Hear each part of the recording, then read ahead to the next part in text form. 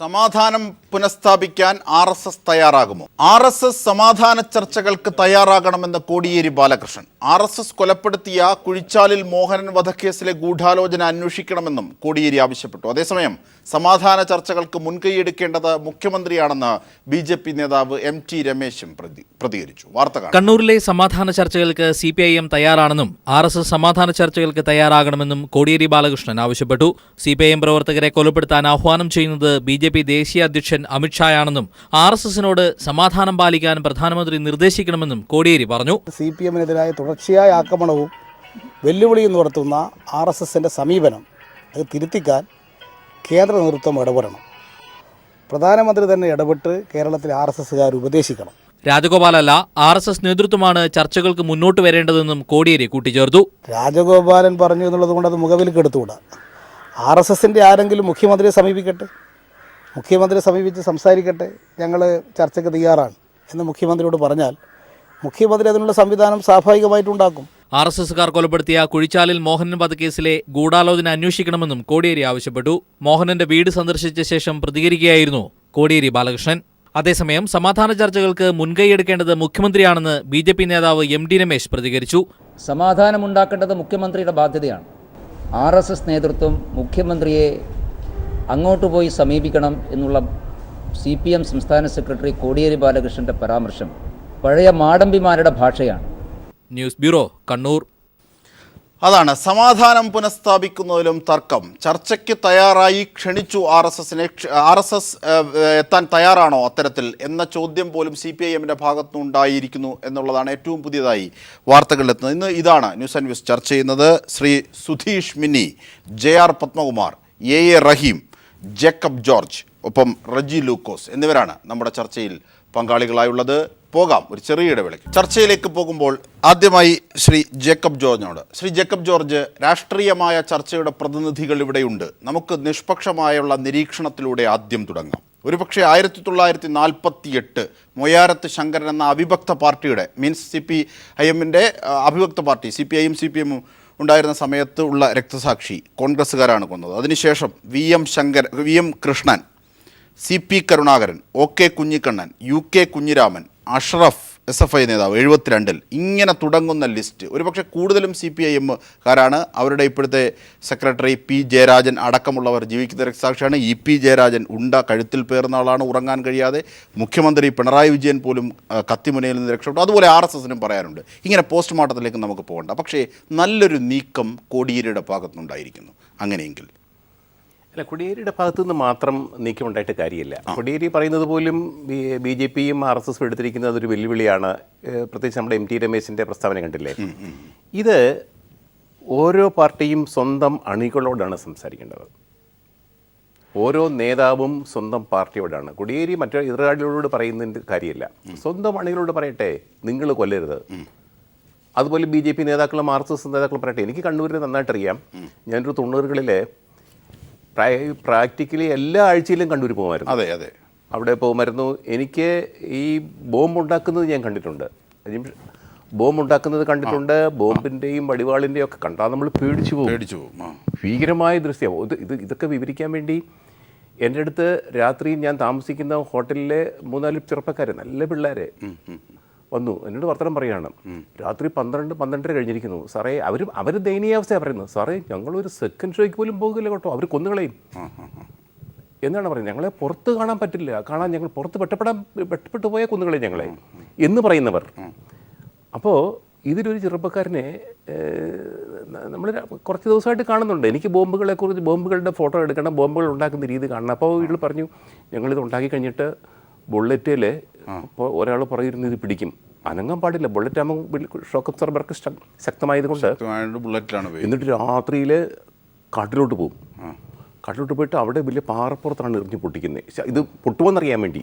എൻ്റെ സാറേ, അത് കേട്ടാൽ നടുങ്ങിപ്പോവും. ഇതുണ്ടാക്കുന്നവർ പോലും പറയുന്നത്, പറയുന്നത് ഇത് കുറച്ചൊക്കെ ഈ ശബ്ദം കെടുത്ത് ആ ചിത്രങ്ങളെ പീഡിപ്പിക്കാനും ഞങ്ങളുടെ ആയുധം ഉണ്ടെന്ന് കാണിക്കാനും, ഇതെല്ലാം രാഷ്ട്രീയത്തിൻ്റെ ഒരു എക്സ്റ്റൻഷനാണ് ഈ ബോംബ് ഉണ്ടാക്കലും കൊല്ലലും എന്നൊക്കെ. ഞാൻ ഒരു പാർട്ടിയും കുറ്റപ്പെടുത്തുന്നില്ല. പക്ഷേ ഇതിനകത്ത് എല്ലാ പാർട്ടികളും. പക്ഷേ ഈ സംസ്ഥാന നേതൃത്വത്തെ കളെയൊക്കെ മറികടന്ന് അവിടെയുള്ള പ്രാദേശിക തലത്തിൽ അവർക്ക് തച്ചോളി ഉദയനൻ്റെ വംശപരമ്പരയുടെ തുടർച്ച, അങ്ങനെ ജനിതകമായി തന്നെ ഒരു പോരാട്ട വീര്യം അവരിൽ ഉള്ളടങ്ങിയിരിക്കുന്നു. അത് രാഷ്ട്രീയമായി സന്നിവേശിച്ചതാണ് അവിടുത്തെ കൊലപാതകം എന്നൊരു പക്ഷം. രണ്ട്, തൃശ്ശൂരും തിരുവനന്തപുരത്തുമുള്ള കൊലപാതകത്തിൻ്റെ പകുതി പോലും കണ്ണൂരിൽ ഉണ്ടാകുന്നില്ല, പക്ഷേ രാഷ്ട്രീയ കൊലപാതകമായിട്ട് ശ്രദ്ധ കിട്ടുന്നു എന്നുള്ളത്. രാഷ്ട്രീയവൽക്കരിക്കപ്പെട്ട ഒരു ജനതയുടെ ആ നെടുവീർപ്പുകൾ കൂടി നമ്മൾ ചർച്ചയിൽ ഉൾച്ചേർത്തിട്ടുണ്ട്. പക്ഷേ രാഷ്ട്രീയം മാത്രമല്ല, ഇവിടുത്തെ ഒരു കൊലപാതകം രാഷ്ട്രീയത്തിൻ്റെ ഭാഗമായി മാറിയിരിക്കുന്നു. അവിടുത്തെ ആൾക്കാരെ കുറിച്ചുണ്ടല്ലോ, നല്ല ആൾക്കാരാണ്. എന്നോട് ഈ സംസാരിക്കുന്നവരും വളരെ മര്യാദക്കാരും പാവങ്ങളും നമുക്ക് വേണ്ടി എന്തും ചെയ്യാൻ സന്നദ്ധരായവരും.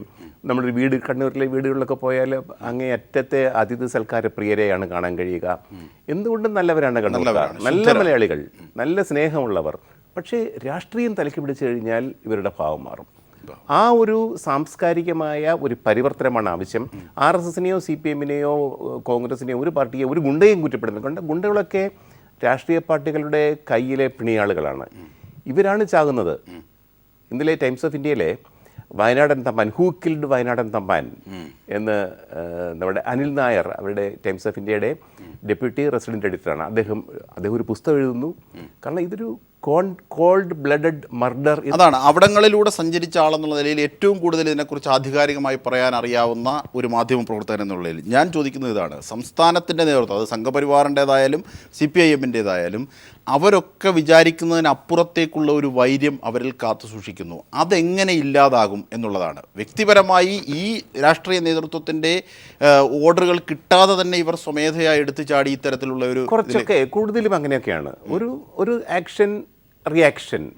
ഒരാളെ ആക്രമിച്ചാൽ തിരിച്ചാക്രമിക്കുക എന്നുള്ളത് അവിടെ നടക്കും. തിരിച്ചാക്രമിച്ചിരിക്കും. അത് RSS ആണെങ്കിലും CPM ആണെങ്കിലും ആക്രമിച്ചിരിക്കും. പക്ഷേ ഈ ദയനീയമായ അവസ്ഥ, ഈ കൊല്ലുന്നവനുണ്ടല്ലോ, കൊല്ലുന്നവനും കൊല്ലപ്പെടുന്നു. അവൻ്റെ ജീവിതം പാഴ്. ഈ കൊല്ലുന്നവൻ്റെ ജീവിതവും അവസാനം. ഈ വയനാടൻ തമ്പാൻ്റെ കഥ ഇതാണ്. ഭയങ്കര അഭ്യാസിയാണ്. 70കളിൽ ഒക്കെ കേരളത്തെ നടുക്കിയ ഒരു അഭ്യാസിയാണ്. അയാൾ, എനിക്കറിയാവുന്ന കഥ, അയാളൊരു RSSകാരനാണ്. ആരെയും കൊല്ലും. കുറേ CPMകാർ ഇങ്ങനെ പോയപ്പോൾ അവനുണ്ട് ഒരു ആറ്റിൽ നിന്ന് കുളിച്ചിട്ട് കയറുന്നു. ഇവനല്ലേ നമ്മുടെ വയനാടൻ തമ്പാൻ. ഒരു 3 പേരും കൂടെ ചേർത്ത് കൊന്നുകളഞ്ഞു. ചത്തില്ലെങ്കിലോ അവന് ഏതെങ്കിലും കേസിൽ പ്രതിയാവും. സംശയമുണ്ടോ? കേസിൽ പ്രതിയാവും, ജയിലിൽ കിടക്കും. ഇവൻ്റെ വീട്ടുകാരുടെ ജീവിതം അന്ധകാരമായില്ലേ?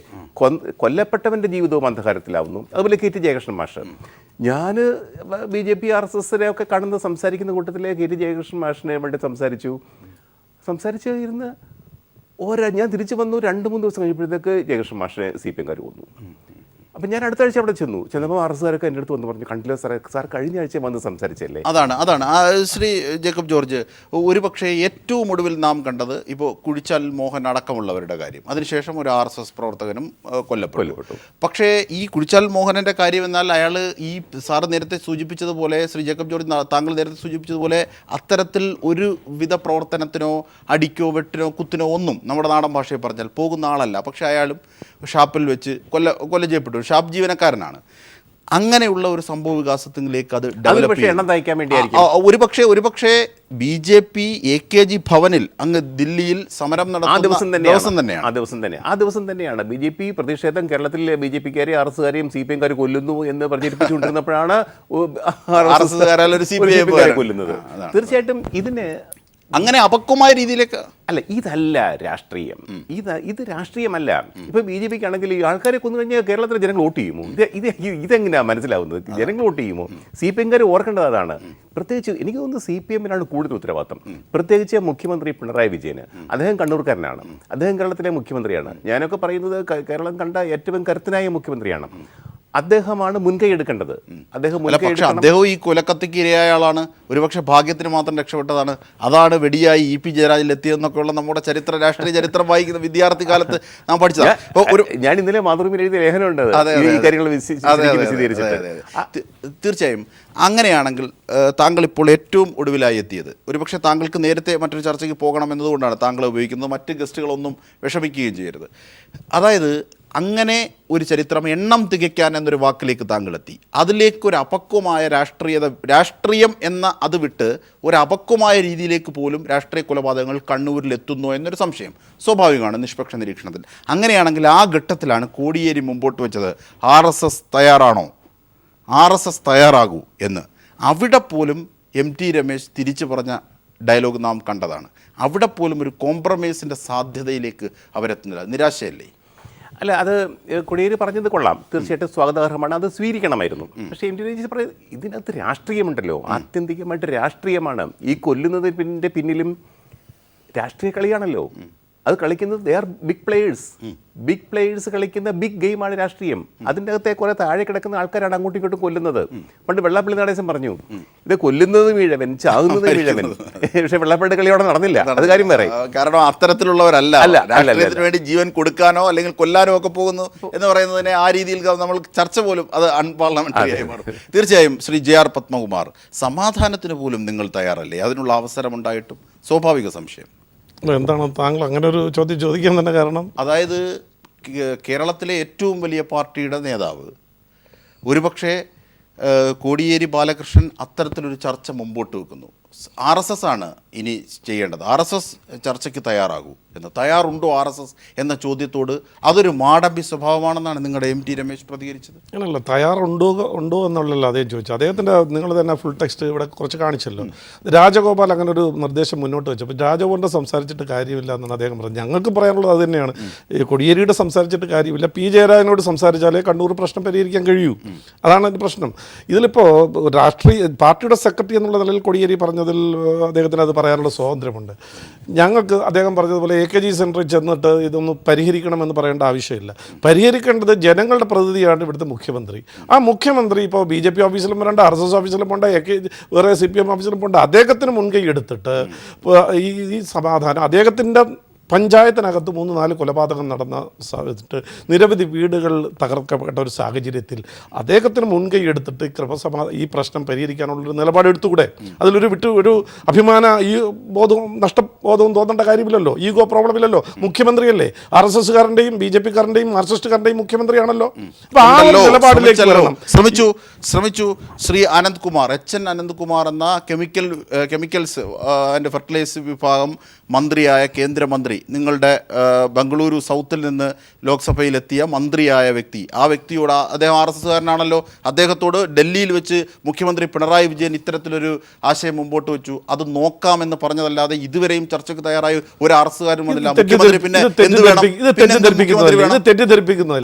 തെറ്റിദ്ധരിപ്പിക്കുന്നതല്ലേ? എവിടെയെങ്കിലും വഴിയിൽ വെച്ച് കാണുമ്പോൾ ആരോഗ്യ കേന്ദ്രമന്ത്രി നമുക്ക് കേരളത്തിലെ പ്രശ്നം പരിഹരിക്കും, അങ്ങനെയല്ലല്ലോ മുഖ്യമന്ത്രി പറയാനുള്ളത്. മുഖ്യമന്ത്രി ഈ പ്രശ്നം ചർച്ച ചെയ്യേണ്ട കേരളത്തിലാണ് പ്രശ്നം. ഞങ്ങളാരും AKG സെന്ററിൽ ചെന്നിട്ട് പ്രകാശ് കാരാട്ടിനോടല്ലോ ഈ കാര്യം പ്രകാശ് കാരാട്ടിനോടല്ലോട് സംസാരിക്കേണ്ടത്, അല്ലെങ്കിൽ യെച്ചൂരിയോടല്ലോ സംസാരിക്കേണ്ടത്. കേരളത്തിലെ പ്രശ്നം പരിഹരിക്കാൻ വേണമെങ്കിൽ ആത്മാർത്ഥത ഉണ്ടെങ്കിൽ, ഞാൻ പറയുന്ന മുഖ്യമന്ത്രിയാണ്, അദ്ദേഹം മുഖ്യമന്ത്രി എന്നുള്ള നിലയിൽ അതിനു വേണ്ടിയിട്ട് ഒരു ശ്രമം നടത്തണം.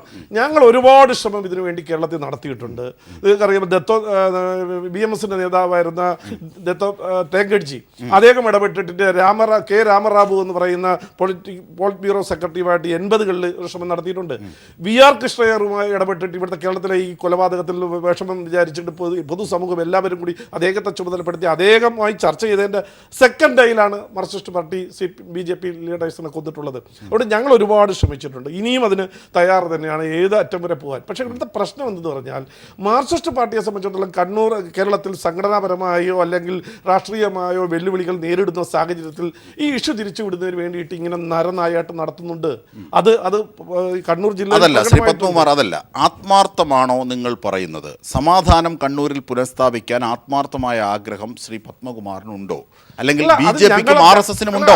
മുഖ്യമന്ത്രി കേന്ദ്രമന്ത്രിയായ നിങ്ങളുടെ നേതാവിനെ കണ്ട് ഡൽഹിയിൽ വെച്ച് ഇത്തരത്തിലൊരു ചർച്ചയ്ക്ക് തയ്യാറാണ്, അവിടെ സമാധാനം പുനഃസ്ഥാപിക്കണം എന്നൊരു നിർദ്ദേശം മുമ്പോട്ട് വെച്ചു. തീർച്ചയായും മുഖ്യമന്ത്രിയോട് മറുപടി പറയുന്നു. പിന്നെ എന്ത് വേണം? മുഖ്യമന്ത്രി അതേ എഫക്റ്റിലാണല്ലോ O രാജഗോപാലും കഴിഞ്ഞ ഒരു മീഡിയയിൽ പറഞ്ഞത്, നമ്മൾ സമാധാന ചർച്ചയാണ്. അപ്പോൾ അദ്ദേഹത്തിന് ആക്ഷേപിക്കുന്ന നിലപാടല്ലേ കോടിയേരി എടുത്തത്? രാജഗോപാലിനോട് സംസാരിച്ചിട്ട് കാര്യമില്ല, പിന്നെ ആരോട് സംസാരിക്കേണ്ടത്? RSS നേതൃത്വത്തോട്? അതല്ല, നിങ്ങൾ അങ്ങനെയല്ല. RSS BJP എന്നുള്ള ചേരിതിരി ഉണ്ടാക്കിയിട്ടല്ലോ സംസാരിക്കുന്നത്. അങ്ങനെയല്ലോ സംസാരിക്കുന്നത്. സുധീഷ് മിന്നി, അതായത് താങ്കൾ ഇന്ന് ചില ചോദ്യങ്ങളടക്കം, ഇന്നല്ല കഴിഞ്ഞ ദിവസങ്ങളിലാണ്, ഒരു 7ഓളം ചോദ്യങ്ങളടക്കമുള്ള ഒരു പോസ്റ്റ് ഫേസ്ബുക്കിൽ ചെയ്തിട്ടുണ്ട്. അതിൻ്റെ ഒക്കെ ചുവട് പിടിച്ച് തന്നെ ചോദിക്കുന്നു, RSS സമാധാനത്തിന് തയ്യാറല്ല എന്ന ഒരു മുഖമുണ്ടോ? തീർച്ചയായും O രാജഗോപാൽ ചർച്ചയ്ക്ക് വരാൻ തയ്യാറാണെന്ന് പറയുന്നു. പക്ഷേ CPIM-ന്റെ ഭാഗത്തുനിന്ന് അതിനോട് ക്രിയാത്മകമായി പ്രതികരിക്കുന്നില്ല. RSS നേതൃത്വം എത്തി ചർച്ച ചെയ്യൂ എന്നാണ് പറയുന്നത്. അതിനാകട്ടെ അവർ തയ്യാറാകുന്നില്ല. ഇതൊക്കെ ജനങ്ങൾ കാണുകയാണ്. അതായത് RSS ഒരു ചർച്ചയ്ക്ക് പോലും തയ്യാറാകുന്നില്ല CPIM മുമ്പോട്ട് വെച്ചിട്ടും. അങ്ങനെയാണ് ഈ ഘട്ടത്തിൽ ഏറ്റവും ഒടുവിൽ.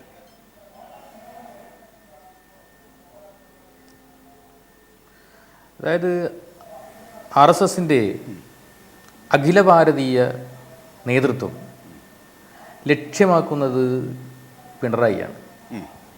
കാരണം അവരെ സംബന്ധിച്ചിടത്തോളം കമ്മ്യൂണിസ്റ്റ് പാർട്ടി തകർന്നടിഞ്ഞു എന്ന് മനപ്പായസം ഉണ്ണാൻ കൊതിച്ച ആളുകൾക്ക് ഒരു കറുത്ത ദിവസമാണ് സഖാബ് പിണറായിയുടെ മുഖ്യമന്ത്രി പദം.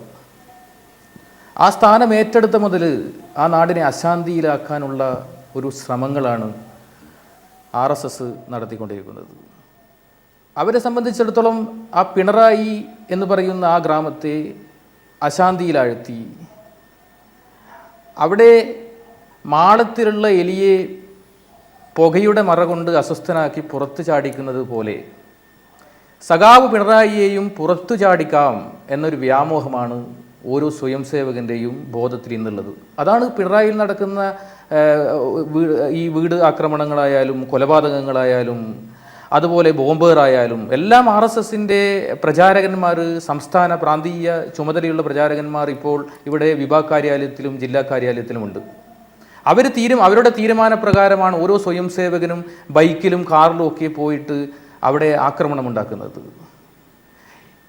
ഇത് എന്ന് RSS നിർത്തുന്നു, അന്ന് മാത്രമേ ഈ കണ്ണൂർ ജില്ലയിൽ സമാധാനം പുലരൂ എന്നാണ് എനിക്ക് പറയാനുള്ളത്. തീർച്ചയായും. ശ്രീ ജേക്കബ് ജോർജ്, ശ്രീ A. റഹീമും റജി ലൂക്കോസും ദയവായി ക്ഷമിക്കുക. ശ്രീ ജേക്കബ് ജോർജ്, അതിലൊരു കാതലായ ചോദ്യമുണ്ട്. അതായത് പിണറായി എന്ന ഗ്രാമത്തെ, ഒരു പക്ഷേ പയ്യന്നൂർ, പിണറായി, അത്തരം ഈ കണ്ണൂരിൽ തന്നെ ഈ കൊലപാതക രാഷ്ട്രീയങ്ങൾ ആക്രമണം ഉണ്ടാകാത്ത സ്ഥലങ്ങളിൽ പോലും അപൂർവമായി ഇത്തരത്തിലുണ്ടാകുന്നു. ഏറ്റവും ഒടുവിൽ പിണറായി വിജയൻ്റെ വിജയാഘോഷം നടക്കുന്ന ഘട്ടത്തിൽ അവിടെ രവീന്ദ്രൻ എന്ന ആളെ വണ്ടിയിടിച്ച് കൊല്ലുന്ന തരത്തിലേക്ക് രക്തസാക്ഷിയാക്കുന്നതിലേക്ക് നീങ്ങി. പിണറായി എന്ന ഗ്രാമത്തെ ഫോക്കസ് ചെയ്തു എന്ന അവരുടെ ആരോപണത്തിന് നമുക്ക് മറുപടിയില്ല.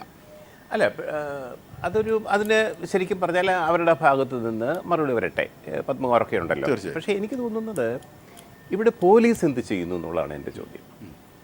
പോലീസിൻ്റെ ചുമതല വഹിക്കുന്നത് മുഖ്യമന്ത്രി പിണറായി വിജയനാണ്. ഈ പിണറായി ഗ്രാമത്തെക്കുറിച്ചാണ് അദ്ദേഹം പറഞ്ഞത്. പക്ഷേ പോലീസിന് ശക്തമായിട്ട് ഇടപെട്ടുകൂടെ? കണ്ണൂരിൽ പോലീസിന് എന്താ RSSകാരെ പേടിയാണോ? അതല്ലേ, പോലീസിന് RSSകാരെ പേടിയാണെങ്കിൽ പിന്നെ ഇവിടെ മനുഷ്യന്മാർക്ക് ആർക്കും ജീവിക്കാൻ പറ്റത്തില്ല. അതൊരു പ്രധാനപ്പെട്ട കാര്യമല്ലേ?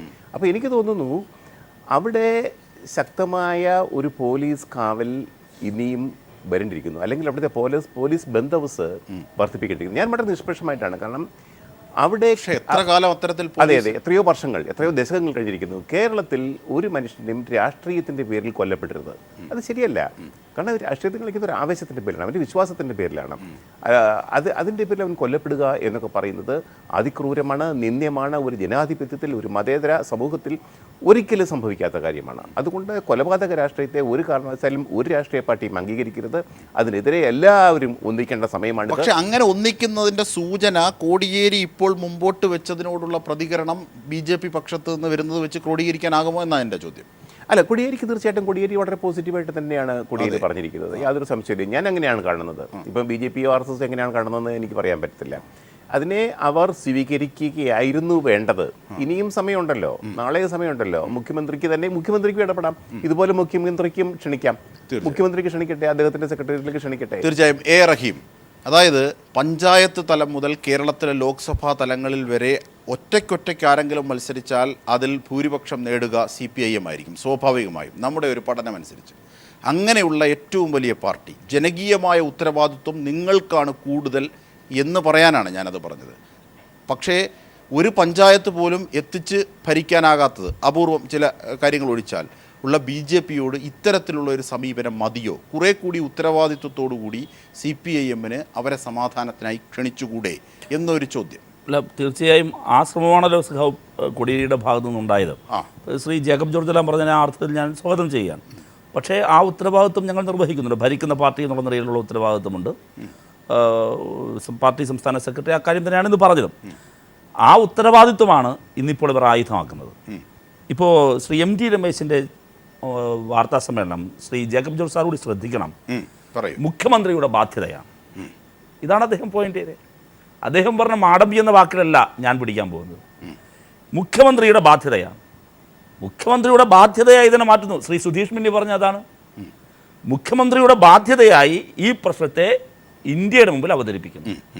അങ്ങനെ മുഖ്യമന്ത്രിയെ ടാർഗറ്റ് ചെയ്യുന്നു, കമ്മ്യൂണിസ്റ്റ് പാർട്ടിയെ ടാർഗറ്റ് ചെയ്യുന്നു, ഈ ഭരണത്തെ ടാർഗറ്റ് ചെയ്യുന്നു. ഇതിനുള്ളൊരു കുറുക്ക് വഴിയാണ്. ഞാൻ അതിൻ്റെ വെറുതെ പറയല്ല, ഞാൻ വസ്തുതാപരമായി സമീപിക്കുകയാണ്. ഈ ഗവൺമെൻറ് വന്നതിന് ശേഷമുണ്ടായ 3 സീരീസാണ് നമ്മൾ എടുക്കേണ്ടത്. 3 കൊലപാതകങ്ങളാണ്. 3 കൊലപാതക സീരീസാണ് അവിടെ ഉണ്ടായത്.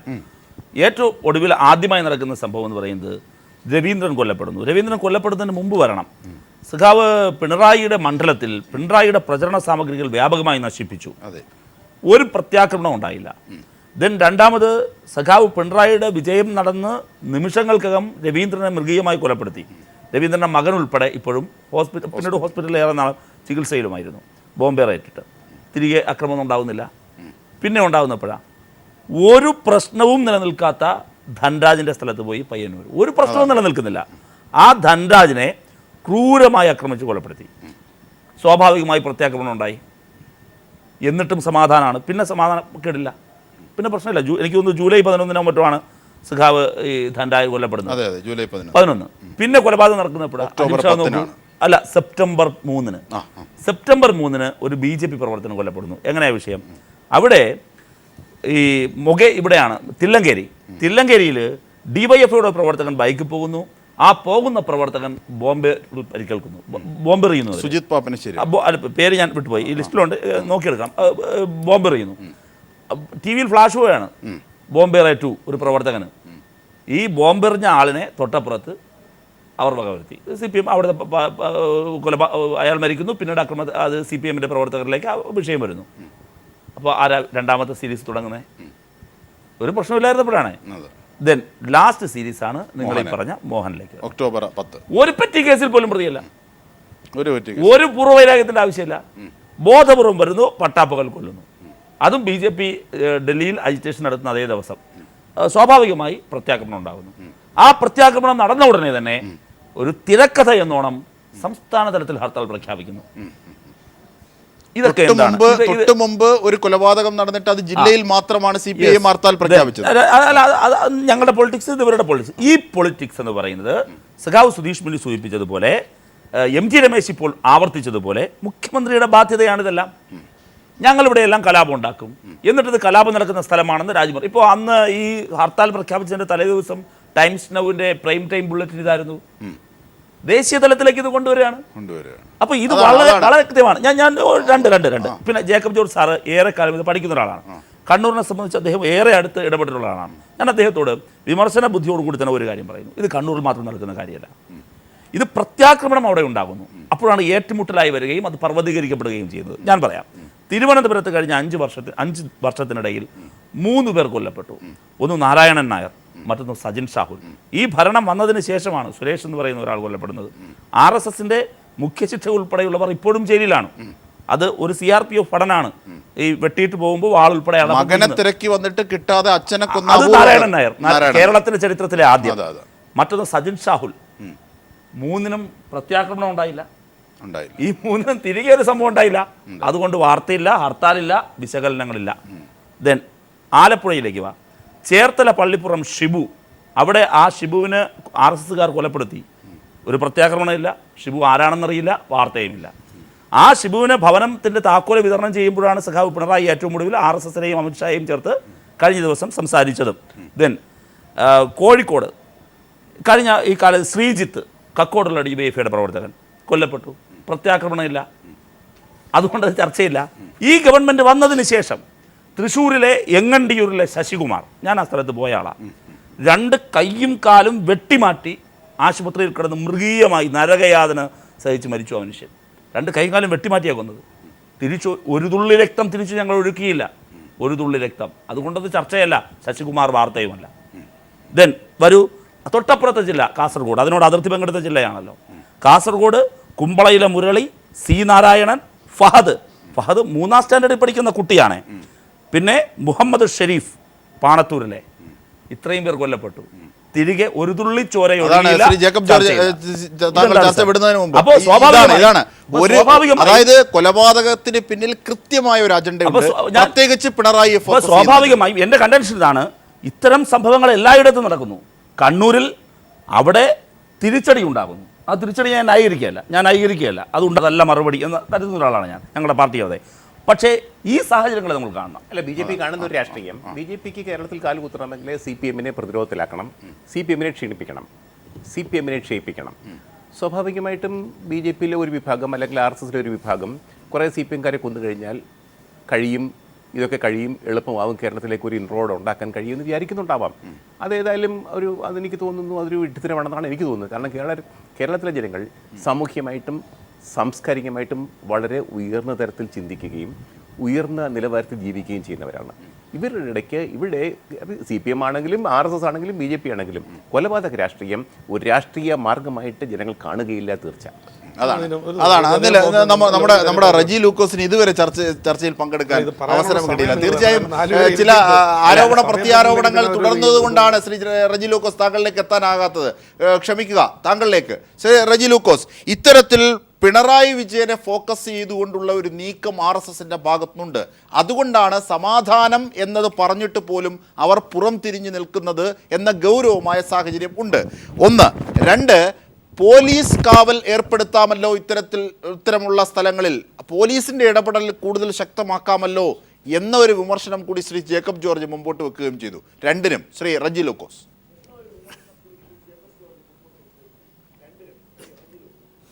ഞാൻ ആദ്യമായിട്ട് ബഹുമാനപ്പെട്ട ജേക്കബ് ജോബ് സാർ പറഞ്ഞ ഒരു കാര്യത്തിൽ ഞാൻ 100% യോജിക്കുകയാണ്. അദ്ദേഹം കണ്ണൂരിലെ ജനങ്ങളെക്കുറിച്ചൊരു നിരീക്ഷണം നടത്തി.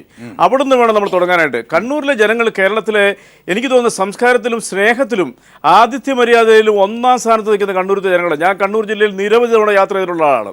അപ്പോൾ ആ തലം നോക്കുമ്പോഴത്തേ ആ ജില്ല ഒരു രാഷ്ട്രീയ കൊലപാതകങ്ങളുടെ പരമ്പരകൾ അർഹിക്കുന്ന ഒരു ജില്ലയല്ല. അതൊരു മറ്റു ജില്ലകളിലെ പോലെ തന്നെ അർഹിക്കുന്നില്ല. എന്തുകൊണ്ടാണ് ഇപ്പം നേരത്തെ പോലീസിനെ ഇംപ്ലിമെൻറ്റ് ചെയ്യുന്നതിനെക്കുറിച്ച് അജിംഷാദ് പറഞ്ഞു. പോലീസ് സംവിധാനത്തിന് കേരളത്തിലെ ഒരു ജില്ലയുടെയും മുക്കിലും മൂലയിലും പോയി ഏതെങ്കിലും ഒരു കൊലയാളി മനഃപൂർവ്വം അല്ലെങ്കിൽ ഏതൊരു പ്രസ്ഥാനം ഒരു നിരപരാധിയായ മനുഷ്യൻ്റെ ജീവൻ എടുക്കുന്ന സമയത്തൊക്കെ തടയുക എന്നൊക്കെ പറഞ്ഞാൽ അപ്രായോഗികമാണ്. അതൊന്നും അത്ര പോസിബിൾ അല്ല. അവിടെ പരിഹാരം കാണേണ്ട എവിടുന്നാണ്? രാഷ്ട്രീയ കക്ഷികളുടെ നേതൃനിരയിൽ തന്നെയാണ്. അതാണെന്ന് കേരളം ശ്രമിച്ചത്. ബഹുമാനപ്പെട്ട കോടിയേരി ബാലകൃഷ്ണൻ ഇന്ന് നിരപരാധിയും ആ ഗ്രാമപ്രദേശങ്ങളിലെ സ്വാധികൻ എന്നൊരു പേരുമുള്ള മോഹൻ എന്ന മാർക്സിസ്റ്റ് കമ്മ്യൂണിസ്റ്റ് പാർട്ടിയുടെ പ്രവർത്തകനെ കൊന്നതിന് ശേഷം ആ വീട് സന്ദർശിച്ച അവസരത്തിൽ അദ്ദേഹം ഇന്ന് കേരളത്തിലെ മാധ്യമങ്ങളോട് ജനങ്ങളോടും എതിർകക്ഷിയായി BJPയോട് പോലുള്ള ആഹ്വാനം എന്തായിരുന്നു? BJPയുമായിട്ടൊരു ചർച്ചയ്ക്കോ RSSുമായിട്ടൊരു ചർച്ചയ്ക്കോ തയ്യാറാണ്, കേരളത്തിലൊരു സമാധാന അന്തരീക്ഷം വേണം, പ്രത്യേകിച്ച് കണ്ണൂർ ജില്ലയിൽ എന്നത് മുഴുവൻ മലയാള ഭാഷ അറിയാവുന്ന ജനങ്ങളും കേരളീയരും അതിനെ 100% സ്വാഗതം ചെയ്യുകയാണ്. പക്ഷേ നിർഭാഗ്യവശാൽ അത്യാവശ്യം പക്വത എന്ന് നമ്മളൊക്കെ നിരീക്ഷിച്ചുകൊണ്ടിരുന്ന MD രമേശ് എന്ന് പറയുന്ന BJPയുടെ സംസ്ഥാന ജനറൽ സെക്രട്ടറി അല്ല വൈസ് പ്രസിഡന്റ്, അദ്ദേഹം അതിനെ ഒരു മാടമ്പിയുടെ സ്വരമായിട്ടാണ് വർണ്ണിച്ചത്. നിർഭാഗ്യകരമായി ഇന്നത്തെ ഈ ചർച്ച വാസ്തവം പറയുകയാണെന്നുണ്ടെങ്കിൽ ക്രിയാത്മകമായിട്ടുള്ള ഒരു തീരുമാനത്തിലേക്കും ഒരു സമാധാന അന്തരീക്ഷത്തിലേക്ക് പോകട്ടെ എന്ന് ഞാൻ ആഗ്രഹിക്കുകയാണ്. ഈ ചർച്ചയിൽ പങ്കെടുക്കുന്നതും ഇത് കേൾക്കുന്ന ലക്ഷക്കണക്കിന് പ്രേക്ഷകർ അത് പ്രതീക്ഷിക്കുന്നു. അപ്പോൾ BJPയെ പോലെയുള്ള ഒരു രാഷ്ട്രീയ പ്രസ്ഥാനം നിരപരാധികളായിട്ടുള്ള കമ്മ്യൂണിസ്റ്റ് പ്രവർത്തകരെ, മാർക്സിസ്റ്റ് പാർട്ടിയുടെ പ്രവർത്തകരെ കാലപുരിക്ക് അയച്ചെങ്കിലും ഈ പല സ്ഥലങ്ങളിലും റഹീം ചൂണ്ടിക്കാണിച്ച പോലെ തന്നെ സമാധാനത്തിന് വേണ്ടി എതിർകക്ഷികളെ വകവരുത്തുന്നതിൽ പുറകോട്ടുന്ന ഒരു പ്രസ്ഥാനമാണ് പലപ്പോഴും നമുക്ക് കേരളം തിരിച്ചറിയുന്നൊരു യാഥാർത്ഥ്യം എന്നാണ്. മതനിരപേക്ഷത സംരക്ഷിക്കാൻ വേണ്ടി കേരളത്തിൽ ഇടതുപക്ഷ പ്രസ്ഥാനങ്ങൾ ബലിയാടാകുമ്പോൾ മതേതരത്തിൻ്റെ കാവൽപ്പടമായിട്ട് കേരളത്തിലെ ജനങ്ങളുടെ മനസ്സിൽ സ്ഥാനം നേടിയ ഇടതുപക്ഷത്തെ കേരളത്തിലെ ജനങ്ങൾ 4 മാസങ്ങൾക്ക് മുമ്പ് എന്തുകൊണ്ടാണ് ഭരണത്തിലെത്തിച്ചത്? അത് കേരളത്തിൽ സമാധാന ഒരു അന്തരീക്ഷം ഈ പാർട്ടി നേടിത്തരുമെന്ന പ്രതീക്ഷ തന്നെയാണ്. അതാണ് ജനങ്ങൾ പ്രതീക്ഷിക്കുന്നത്. അതുകൊണ്ട് BJP സുധീഷ് പിന്നെ അതായത് അങ്ങനെ സമാധാനം പുനഃസ്ഥാപിക്കണം, ബോധപൂർവമാണ്. പിണറായി വിജയൻ എന്ന വ്യക്തിയിലേക്ക് ബോധപൂർവമായി RSS കാര്യങ്ങളെ നീക്കുന്നു. പിണറായി എന്ന ഗ്രാമത്തിൽ സമാധാന അന്തരീക്ഷം ബോധപൂർവം ഭേദിക്കുന്നു. മുഖ്യമന്ത്രിയുടെ വിജയം ആയി ബന്ധപ്പെട്ട് നടന്ന സർക്കാരിൻ്റെ വിജയത്തിലുള്ള ആഘോഷവുമായി ബന്ധപ്പെട്ട് തന്നെ ആദ്യമായി രവീന്ദ്രനെ കൊല്ലുന്നു. ഇത്തരത്തിൽ ഒരുപാട് കഥകൾ അല്ലെങ്കിൽ പോയിന്റുകൾ നിങ്ങൾക്ക് സമർപ്പിക്കാനുണ്ടാകാം. പക്ഷേ അവിടെ കാതലായ വിഷയം ഉത്തരവാദിത്വം എന്നതാണ്. താങ്കൾ ഫേസ്ബുക്കിൽ ഇട്ട കാര്യങ്ങളുണ്ട്. ജില്ലാ ശാരീരിക് പ്രമുഖ് ഇളംതോട്ടത്തിൽ മനോജ് മരിച്ചപ്പോൾ ജില്ലയിൽ ഹർത്താൽ ഒതുക്കി. രമിത് മരിച്ചപ്പോൾ അത് സംസ്ഥാന ഹർത്താലായി. മനോജിനേക്കാളും വലുതാണോ രമിത്? ഇത്തരത്തിലുള്ള ചോദ്യങ്ങൾ എന്താണ് പദസഞ്ചലനം നടത്താറുള്ളത് ഈ തവണ മാറ്റിവെച്ചു. അങ്ങനെ ഒരുപാട് എണ്ണി കാര്യങ്ങൾ പറയുന്നു. ഇതൊക്കെ അവരുടെ ചില തന്ത്രങ്ങളാകാം. പക്ഷേ ആ തന്ത്രങ്ങൾക്ക് CPIM എന്ന വലിയ ജനകീയ പ്രസ്ഥാനം വിധേയമാകണമോ എന്ന ചോദ്യം കൂടി ചില കോണുകൾ ഉന്നയിക്കുന്നു. ശ്രീ മിന്നി.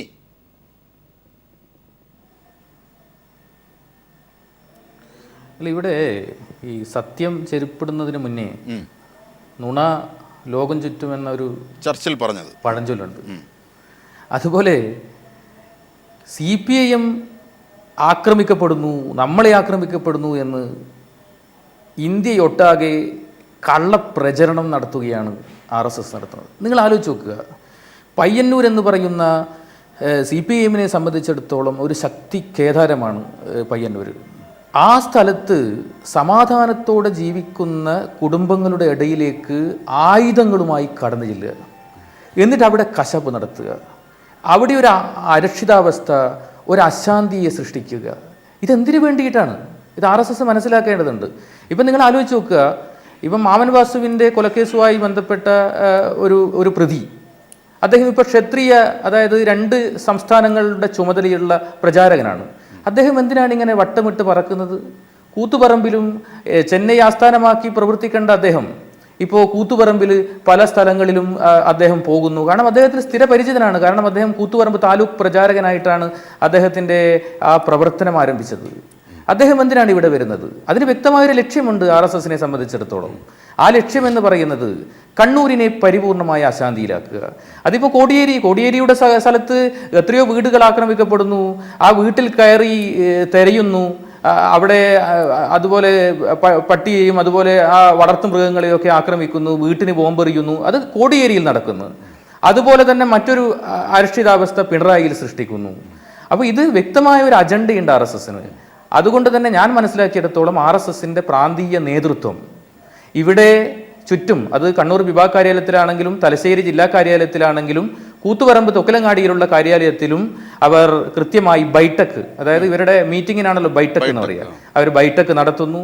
അവർ ഈ ആയുധവുമായി സ്വയം സേവകരെ പറഞ്ഞയക്കുന്നു. ഈ രാത്രികാലങ്ങളിൽ ഈ ബോംബേറും അതുപോലെ വീട്ടിന് നേരെയുള്ള കല്ലേറുകളും നടത്തുന്നു. എന്നിട്ട് പരിപൂർണമായി ഈ നാട് അശാന്തിയിലാണ് എന്ന് വരുത്തി തീർക്കാനുള്ള ഒരു ബോധപൂർവമായ ഒരു പരിശ്രമം, ആ പരിശ്രമത്തിൽ RSSനെ സംബന്ധിച്ചിടത്തോളം മിന്നി, അതായത് ഫേസ്ബുക്കിൽ 8 ചോദ്യങ്ങൾ ചോദിച്ചു താങ്കൾ. ആ ചോദ്യങ്ങൾക്കുള്ള ഉത്തരം കൂടി പീപ്പിൾ TV ചർച്ചയിലൂടെ നൽകിയാൽ താങ്കൾ ഉദ്ദേശിക്കുന്നത് പൂർണ്ണമായേനെ.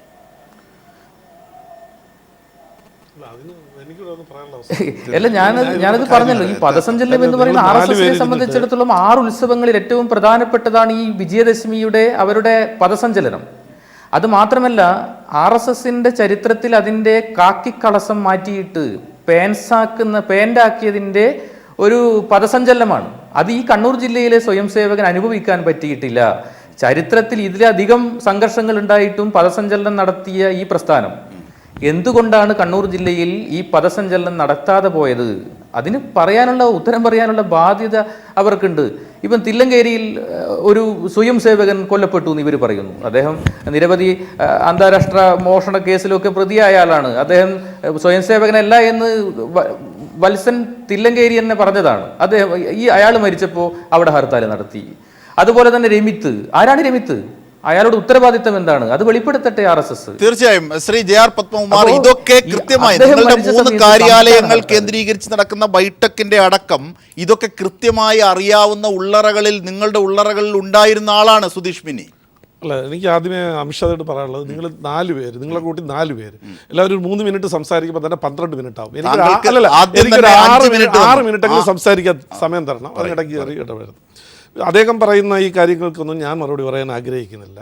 കാരണം ഈ നിങ്ങളെ മാർക്സിസ്റ്റ് പാർട്ടി മീറ്റിംഗ് കൂടും, ഞങ്ങൾ മീറ്റിംഗ് കൂടും, അതിലേത് പേരിൽ വിളിക്കുന്നുള്ള അത് സ്വാഭാവികമായിട്ട് മീറ്റിംഗ് കൂടി തന്നെയാണ് സംഘടനാ പ്രവർത്തനം നടത്തുന്നത്. അതൊന്നും ഒരു പുതുമയുള്ള കാര്യമല്ല. പിന്നെ അദ്ദേഹം ഏതോ ഒരു അഖിലേന്ത്യാ നേതാവിൻ്റെ കാര്യം പറഞ്ഞു, ഏതോ കൊലക്കേസ് പ്രതിയാണ്. കേരളത്തിൻ്റെ മുഖ്യമന്ത്രി കൊലക്കേസ് പ്രതിയായിട്ടില്ലേ? അല്ല, ഞാൻ പറയാം വാടിക്കൽ രാമകൃഷ്ണൻ കേസിലെ 2ാം പ്രതി, അല്ല 2ാം പ്രതി, പിന്നെ 2 എന്ന് പറഞ്ഞോട്ടെ. ഇതൊന്നും വേണ്ട. ഈ പ്രശ്നങ്ങളൊക്കെ നടന്നു. ഇദ്ദേഹം കുറേ കണക്കുകൾ പറഞ്ഞു. ഞാൻ അതിലേക്ക് കൂടുതലൊന്നും പറഞ്ഞില്ല. ഇന്നലെ ഈ മരിച്ച രമിത്തിൻ്റെ അച്ഛനെ 2002 കൊന്നിട്ടുണ്ട്. ആ 2002 കൊന്ന സമയത്ത് അദ്ദേഹം കേസിൽ പ്രതിയല്ല. അതിൻ്റെ വിലാപയാത്ര വരുന്ന വഴിയിൽ വീണ്ടും ബോംബെറിഞ്ഞ് അമ്മ എന്ന് പറഞ്ഞ 70 വയസ്സുള്ള സ്ത്രീയും ആ സ്ത്രീയെ കൊണ്ടുവന്ന ജീപ്പിൻ്റെ ഡ്രൈവർ ഷിഹാബുദ്ദീനും മരിച്ചിട്ടുണ്ട്. നിങ്ങൾ പരിശോധിച്ച് നോക്കുക. എന്നിട്ട് അച്ഛനെ കൊന്ന അതേ അടുത്ത് ഇപ്പോൾ ഈ രമിത്തിനെ കൊന്നു. രമിത്ത് ഏത് കേസിലാണ് പ്രതി?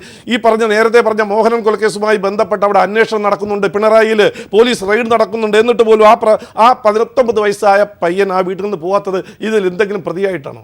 അപ്പോൾ അതൊന്നും അല്ലല്ലോ. ഞാൻ വേറെ ഒന്നും വേണ്ട തർക്കം. നമ്മൾ അങ്ങോട്ടും ഇങ്ങോട്ടും ആരും കണക്കുകൾ നോക്കണ്ട. കൈരളി ചാനൽ മുൻകൈ എടുക്കൂ. നിഷ്പക്ഷമായ കുറേ പത്രപ്രവർത്തകരെ വിളിക്കൂ. നിങ്ങൾ കണ്ണൂരിലൊന്ന് ഈ പറഞ്ഞ പിണറായിയിലും കൊടിയേരിയിലും മാത്രം ഒന്ന് സന്ദർശനം നടത്തൂ. നിങ്ങൾ പറയുന്ന ആളുകളെ വെച്ച് സന്ദർശനം നടത്തൂ. നിങ്ങൾ ഈ കൊലപാതകങ്ങൾ മാത്രമേ മനസ്സിലാക്കുന്നുള്ളൂ, അതിൻ്റെ കണക്കുകൾ മാത്രമേ പറയുന്നുള്ളൂ. വീടുകൾ തകർത്ത് ജീവിക്കാൻ നിവൃത്തിയില്ലാത്ത കിണറുകളെല്ലാം മനുഷ്യ വിസർജനം കൊണ്ടിട്ട് മുടി കൊണ്ടിട്ട് പെട്രോൾ ഒഴിച്ച് നിങ്ങളെയൊന്ന് പരിശോധിച്ച് നോക്കൂ. ജീവിക്കാൻ കഴിയാത്ത ഒരു അവസ്ഥയാണ് പിണറായിയിലുമുള്ളത്. പിന്നെ ഞങ്ങൾക്ക് ചാർത്തി തരുന്ന കാര്യമാണ് ഈ രവീന്ദ്രൻ മരിച്ചത് എങ്ങനെയാണെന്നുള്ളത് അവിടുത്തെ പോലീസുകാർക്ക് അറിയാം, എല്ലാവർക്കും അറിയാം. അത് RSSന്റെ അല്ലെങ്കിൽ BJPയുടെ തലയിൽ കെട്ടിവെക്കുക. ആഘോഷത്തിനിടയിൽ സംഘർഷമുണ്ടായി, ബോംബ് പൊട്ടി അല്ലെ പടക്ക് പൊട്ടി എന്നുള്ളത് സത്യം തന്നെയാണ്. അത് ആരറിഞ്ഞു എന്നുള്ളത്. ആ സമയത്ത് ഇവർ വന്ന വാഹനമാണ് എടുത്തോണ്ട് ഓടിയത്. ആ വാഹനം ഇവിടെ കൊണ്ടിട്ടിരിക്കുന്നു എന്നുള്ളത് ഇന്ന് വരെ കസ്റ്റഡി എടുത്തിട്ടില്ല. ആ വാഹനം കസ്റ്റഡിയിൽ എടുത്തിട്ടില്ല. ഇതൊക്കെ എല്ലാവർക്കും അറിയാം. ഒറ്റ കാര്യം മതി, കണ്ണൂരിലെ പ്രശ്നം തീരും. ഈ പറഞ്ഞ അവിടുത്തെ സെക്രട്ടറിയെ തൽക്കാലം അവിടുന്ന് മാറ്റിയാൽ മതി, ആ പ്രശ്നം തീരും. ഞാൻ ചോദിക്കട്ടെ, RSS ആണ് ആക്രമണം, ആയുധം താഴെ വെച്ചാൽ പ്രശ്നം തീരുമെന്ന് പറഞ്ഞാൽ ഞാൻ ചോദിച്ചോട്ടെ, TP ചന്ദ്രശേഖരൻ RSSന്റെ ഈ ആയുധം കയ്യിൽ വെച്ചുകൊണ്ടാണ് കൊല ചെയ്യപ്പെട്ടത്? ഈ അരികിൽ സുക്കൂർ RSS ആയുധം കയ്യിൽ വെച്ചുകൊണ്ടാണ് മരിച്ചത്. വേറൊരു NDF നിന്ന് വന്നിട്ടൊരു പയ്യനുണ്ടല്ലോ, CPM വിട്ട ഒരു പയ്യനുണ്ടല്ലോ, ഫസൽ, അത് RSS ആയുധം കയ്യിൽ വെച്ചുകൊണ്ടാണോ? പിന്നെ ഇങ്ങനെ പ്രചരണം നടത്തും, RSS പ്രചരണം നടത്തല്ലേ BJP ആണ് അക്രമം നടത്തുന്നു എന്ന് പറയില്ല. ഈ സത്യസന്ധമായ ഒരു അന്വേഷണം നടത്താൻ കൈരളി മുൻകൈ എടുക്കൂ. ആഭ്യന്തരമന്ത്രിയും വേണ്ട, ഇതും വേണ്ട. മനസ്സിൽ ഒന്നുകൂടെ പറഞ്ഞോട്ടെ. പിന്നെ കേരളത്തിൽ കുറെ ആദ്യത്തെ ഏതൊരു സംഭവമാണ് അച്ഛൻ മരിച്ചു. കേരളത്തില് തിരുവനന്തപുരത്ത് ഒരു മുൻ MLA-യുടെ നേതൃത്വത്തിലല്ലേ ഈ തിരുവോണ ദിവസം ചെറുവിക്കല് അച്ഛൻ മകനെ അന്വേഷിച്ചു പോയിട്ട് അച്ഛൻ ഗംഗാധരൻ നായർ വയോവർദ്ധന വെട്ടിക്കൊല്ലപ്പെടുത്തിയ തിരുവനന്തപുരം ജില്ലയിലല്ലേ? നിങ്ങൾക്കറിയില്ലേ ഗംഗാധരൻ നായർ ചെറുവിക്കൽ ഗംഗാധരൻ നായർ കൊലക്കേസ്? നിങ്ങൾക്കറിയില്ലേ? അതില് തിരുവോണത്തിന്റെ അന്ന് ഞാൻ പറയാം, മുരിക്കുമടയിൽ 3 ആളുകളെ തിരുവോണത്തിന്റെ വൃശ്ചിക മാസം 1 ചവിട്ടി വെട്ടി കൊന്ന് ചെളിയിൽ താഴ്ത്തി, വയലിൽ താഴ്ത്തിയില്ലേ ഈ തിരുവനന്തപുരം ജില്ലയിൽ? ലാലിക്കുട്ടൻ, വേണുഗോപാൽ. ഇതൊന്നും അങ്ങനെ നിങ്ങൾ കണക്കല്ല. ഞാൻ പറയുന്ന മനുഷ്യജീവന് വിലയുണ്ട്. ആരും ആക്രമിക്കപ്പെടാനുള്ള കൊല ചെയ്യാൻ പാടില്ല. അതിനാദ്യം ഈ ഭരണകക്ഷി എന്നുള്ളതിൽ ഈ കേരളത്തിലെ വലിയ കക്ഷിയാണല്ലോ മാർക്സിസ്റ്റ് പാർട്ടി, അവരുടെ തീരുമാനം എടുക്കേണ്ടത്, അവർ അതിന് മുൻകൈ എടുക്കേണ്ടത്. അപ്പോൾ അതിന് പകരം RSS വരട്ടെ, BJP വരട്ടെ. ഞങ്ങളുടെ സമുന്നതനായ നേതാവാണ് രാജഗോപാൽ, അദ്ദേഹം അങ്ങനെ മുന്നോട്ട് വെച്ചു. RSSന്റെ സർസംഘചാലക് മോഹൻ ഭഗവത് അദ്ദേഹം ഒരു നിർദ്ദേശം വെച്ചു. എന്നിട്ട് എന്തായി? VR കൃഷ്ണയ്യർ മുന്നോട്ട് വെച്ചൊരു സമാധാന സന്ധി. ഇവർ എന്താ നിലപാടെടുത്തത്? പിന്നെ കുറെ ഈ രീതിയിൽ കുറെ മീറ്റിംഗ് ഉണ്ടാക്കാം എന്നുള്ളതല്ലാതെ ആത്മാർത്ഥമായ ശ്രമം ഉണ്ടെങ്കിൽ മാർക്സിസ്റ്റ് പാർട്ടിയുടെ സുധീഷ് മിന്നി, അതായത് പറയണ്ടേ? തീർച്ചയായും. അല്ല, ഈ ശ്രീ JR പത്മകുമാർ പറഞ്ഞപ്പോൾ ഞാൻ ഒരു വാക്കുപോലും ഇടപെട്ടില്ല, അതുകൊണ്ട് അങ്ങനെ ഇടപെടരുത്. ഈ പറഞ്ഞതൊക്കെ എന്താണ്? ഞാൻ ഉന്നയിച്ച പ്രസക്തമായ കാര്യം, ഇപ്പോഴും ഉണ്ടാകുന്ന കാര്യങ്ങൾ പിണറായിയെ ടാർഗറ്റ് ചെയ്യാനാണ്. അത് പിണറായി ഗ്രാമത്തെ ടാർഗറ്റ് ചെയ്യുന്നത് കേരളത്തിൻ്റെ മുഖ്യമന്ത്രിയെ ടാർഗറ്റ് ചെയ്യാനാണ്. ഇതാണ് ഞാൻ പറഞ്ഞത്. അതിലൊരു രാഷ്ട്രീയമുണ്ട്. അത് ഇടയ്ക്കൊരു TV ചർച്ചയിൽ ഇവരുടെ പ്രധാനപ്പെട്ട നേതാവായ ശ്രീ ഗോപാലകൃഷ്ണൻ പറഞ്ഞതുപോലെ അടുത്തിരി ഇടപെടാൻ പോകുന്നത് രാഷ്ട്രപതിയാണ് എന്ന സൂചനയാണ്. അതിലേക്കാണ് കാര്യങ്ങൾ നീളുന്നത്. അതിനാണല്ലോ ദേശീയ മാധ്യമങ്ങളെ കൊണ്ട് ചർച്ച ചെയ്യിപ്പിക്കുന്ന ഒരു അറ്റ്മോസ്ഫിയർ സൃഷ്ടിക്കുന്നത്.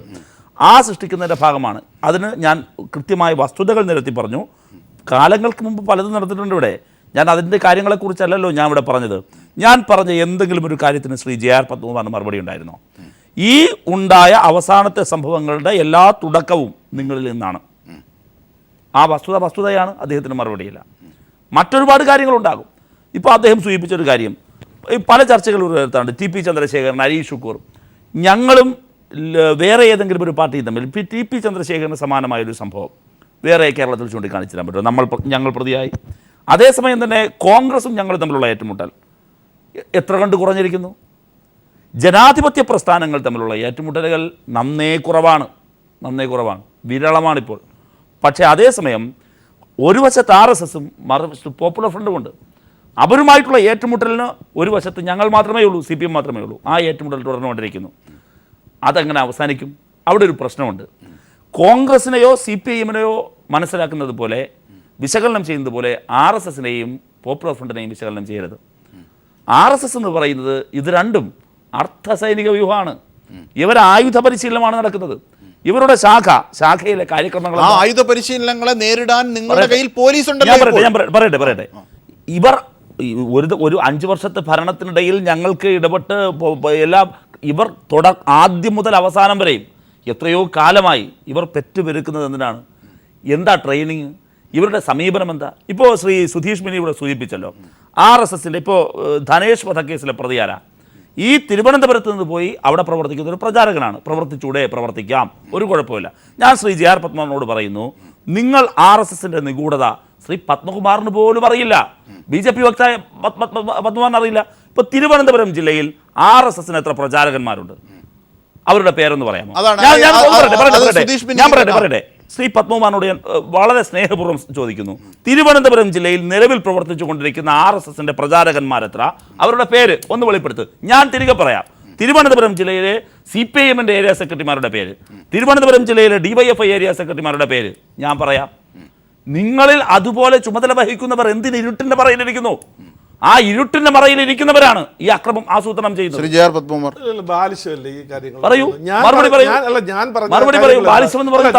കാര്യങ്ങൾ എന്താ പറഞ്ഞത്? അദ്ദേഹം പറഞ്ഞത് ഏതിനാ മറുപടി പറയാത്തത്? ഞാൻ പറഞ്ഞ ഏതിനാ മറുപടി പറയാത്തത്?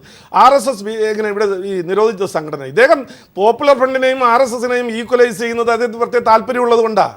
എന്ന് വെച്ചാൽ RSSനെ എതിർക്കുന്നതിന് വേണ്ടിയിട്ടൊരു ഇപ്പോൾ ഒരു ചെറിയ ചങ്ങാത്തം വന്നിട്ടുണ്ടല്ലോ, അതിന് വേണ്ടിയിട്ട് പകല് DYFIയും വൈകിട്ട് പോപ്പുലർ ഫ്രണ്ടും ആകുന്ന കുറേ ആളുകളുണ്ട് ഇവിടെ. അതെല്ലാവർക്കും അറിയാം. അങ്ങനെ ആ ഒരു സ്വഭാവം കാണിക്കുന്ന കുറേ ആളുകളുണ്ട്. RSSൽ എവിടെയെങ്കിലും നിയമവിരുദ്ധമായ പ്രവർത്തനം നടക്കുന്ന നടപടിയെടുക്കാൻ കഴിയില്ലേ? എന്തുകൊണ്ടാണ് നടപടിയെടുക്കാൻ കഴിയാത്തത്? മാർക്സിസ്റ്റ് പാർട്ടിയല്ലേ കേരളത്തിൽ ഏറ്റവും കൂടുതൽ ഭരിച്ചിട്ടുള്ളത്. നിയമവിധേയമായ ഒരു സംഘടനയെ, നിയമവിധേയമായി പ്രവർത്തിക്കുന്ന ഒരു സംഘടന, ഞാൻ പറഞ്ഞോട്ടെ, സംഘടനയെ നിയമവിരുദ്ധമായി പ്രവർത്തിക്കുന്നു വരുത്തി തീർക്കുന്നതാണ്. ഞാൻ ഒറ്റ കാര്യം പറഞ്ഞുള്ളൂ. ഈ പറഞ്ഞ വലിയ പിണറായി എന്തോ പ്രശ്നം ഉണ്ടാകാൻ പോകുന്നു. ഒരു ഫാക്ട് ഫൈൻഡിങ്, വസ്തുതാ ഒരു പഠനത്തിന് പഠിക്കുന്നതിന് വേണ്ടിയിട്ട് ഒരു നിഷ്പക്ഷമായ ടീമിനെ നിശ്ചയിക്കാൻ CPM തയ്യാറുണ്ടോ? എന്താ പറയുക? പ്രശ്നം പരിഹരിക്കാൻ കഴിയും നിഷ്പക്ഷമായ പോലീസ് ഉദ്യോഗസ്ഥന്മാരെ വിജയിച്ചിട്ട്. ഇവരിപ്പോ ചെയ്യുന്നത് എന്താ? പോലീസിനെ ഇവരുടെ ഒരു പാർട്ടി കേഡറാക്കി ഒന്ന് നിർത്തിക്കോ. പോലീസിനെ വരെ ഒരു കേഡറാക്കി മാറ്റി അവരെ കൊണ്ട് നിർത്തി ഒരു ആദ്യത്തെ ഫോഴ്സ് ആയിട്ട് പോലീസിനെ വിട്ട് ആളുകളെല്ലാം ഒന്നും ഒരു സംശയം. അതായത് ഇത്രയേറെ ആത്മാർത്ഥതയാണ് സമാധാനം പുനഃസ്ഥാപിക്കാനെങ്കിൽ CPIഎം സംസ്ഥാന സെക്രട്ടറി ശ്രീ കോടിയേരി ബാലകൃഷ്ണൻ ഇങ്ങനെ ഒരു ആവശ്യം വെക്കുമ്പോൾ ഞങ്ങൾ തയ്യാറാണ്. സ്വാഭാവികമായ ചർച്ചയ്ക്ക് അങ്ങനെ പ്രതികരിക്കാൻ എങ്കിൽ പറയട്ടെ, O രാജഗോപാൽ ഇങ്ങനെ ഒരു നിർദ്ദേശം വെച്ചു, ഞങ്ങളും തയ്യാറാണ് എന്ന് പറയാത്തത് എന്ന് പറയാത്തത് അതാണ് കോടിയേരി ബാലകൃഷ്ണൻ ശ്രമിക്കാനുള്ളത്.